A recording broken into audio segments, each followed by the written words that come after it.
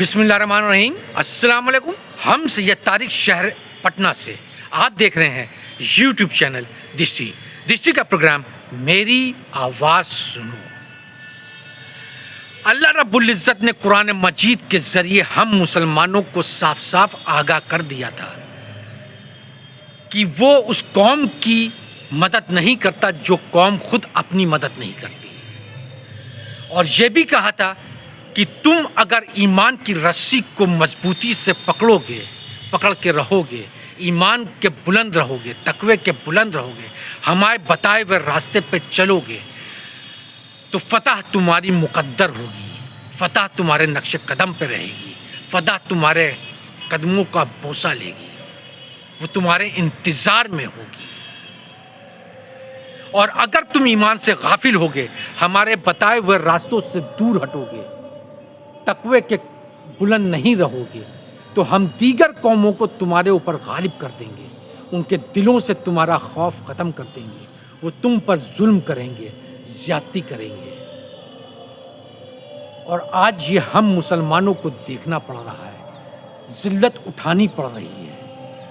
رسول پاک صلی اللہ علیہ وسلم سے اللہ رب العزت کا یہ وعدہ تھا کہ آسمانی غضب اللہ امت محمد پہ نہیں لائے گا، آسمانی عذاب نہیں دے گا، آسمانی عذاب میں مبتلا نہیں کرے گا، مگر یہ نہیں بولا تھا کہ عذاب نہیں دے گا۔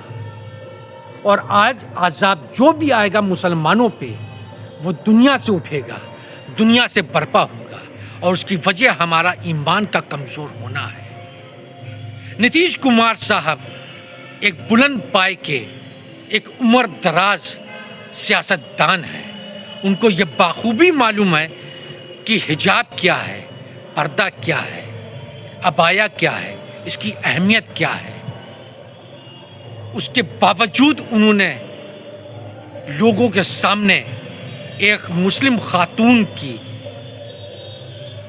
حجاب کو کھینچا، اس کو رسوا کیا، بھلے ہی ان کا کیا نظریہ رہا ہو، اس نظریے سے ہمیں کوئی لینا دینا نہیں، مگر یہ ہمت اس لیے ہوئی کہ وہ جانتے ہیں کہ مسلمان قوم موجودہ وقت میں مری ہوئی ہے، اس کو موت کا ڈر ہے، اور یہ ڈر ابلیس کا دیا ہوا ہے۔ ابلیس اپنے نمائندوں کے ذریعے ڈر کو مسلمانوں کے اندر پہنچانا چاہتا ہے، پیوست کرنا چاہتا ہے، کیونکہ اسلام ایک انقلاب ہے، اور انقلاب میں ڈر کی کوئی جگہ نہیں ہے۔ اللہ رب العزت نے کہا ہے کہ تم صرف ہم سے ڈرو، دنیا سے نہیں۔ موت اور زندگی جس کے ہاتھ میں ہے، ہمیں اس کا ڈر نہیں ہے، ہمیں ڈر کس کا ہے؟ موت کا ہے، اور ان نامرد علماء دینوں کا ہے جنہوں نے ہمیں آپس میں لڑوا دیا فرقہ پرستی میں۔ اب ہم مسلمان نہیں رہے۔ قرآن مجید میں اللہ رب العزت نے ہمیں مخاطب کیا مسلمان کہہ کر کے، اور ہم اب شیعہ سنی دیوبندی بریلوی ہو گئے ہیں، اہل حدیث ہو گئے ہیں۔ تو جب ہم اہل حدیث دیوبندی شیعہ سنی بریلوی ہیں تو ہم مسلمان نہیں ہیں، اور ہم جب مسلمان نہیں ہیں تو ظاہر سی بات ہے کہ اب ہم کمزور ہو چکے ہیں، اور اب ہمارے دلوں میں دنیا کا ڈر ہے، دنیا کی لالچ ہے، دنیا کی آوارگی کی، عیاشی کی، بے حیائی کی، بےغیرتی کی تمنا ہے۔ جب ہم سچ نہیں بولیں گے، سچ کا ساتھ نہیں دیں گے، تو ظاہر سی بات ہے ہم شیطان کے نمائندے ہیں۔ گمراہ عالموں نے،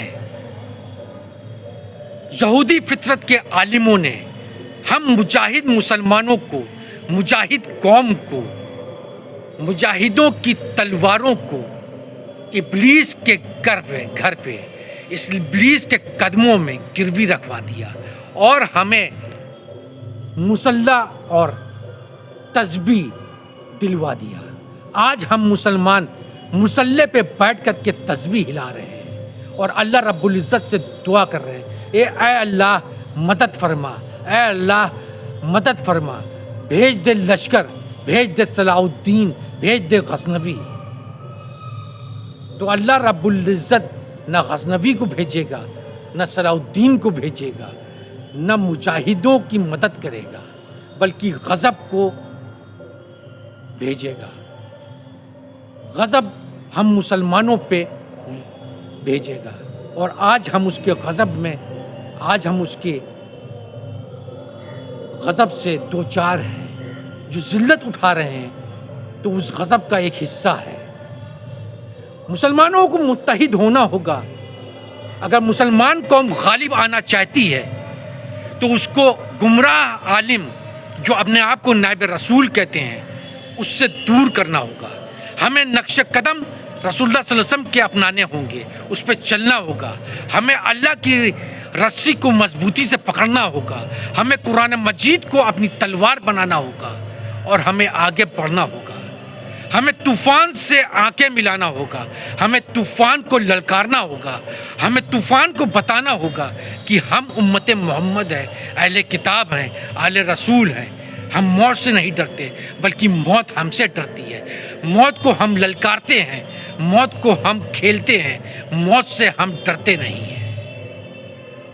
اور جب تک یہ جذبہ مسلمانوں کے دل میں نہیں ہوگا، مسلمانوں کی بربادی اور تباہی ہوتی رہے گی۔ مسلمانوں کو ڈرنا نہیں چاہیے، کیونکہ ڈر ابلیس کی دی ہوئی چیز ہے۔ ہم امت محمد ہیں، ہم قربانی کو گلے لگاتے ہیں، ہم شہادت کے دیوانے ہیں۔ ہمیں بیعت کرنا ہوگا موت سے، شہادت سے بیعت کرنا ہوگا۔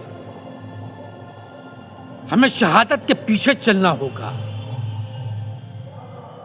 ہمیں یہ شہادت دینی ہوگی کہ ہم امت محمد ہیں، اہل کتاب ہیں، اہل رسول ہیں، اور ہم دنیا پہ غالب ہونے کے لیے آئے ہیں، نہ کہ دنیا ہم پر غالب ہو۔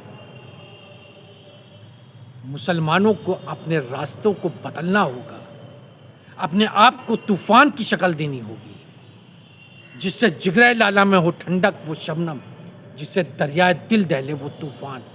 اب یہ جذبہ پیدا کرنا ہوگا۔ یہی ہے اصلی ایمان، اور یہی ہے دین کا تقاضا، اور یہی اللہ رب العزت چاہتا ہے اہل کتاب اہل رسول سے، امت محمد سے، امت محمد سے۔ شکریہ۔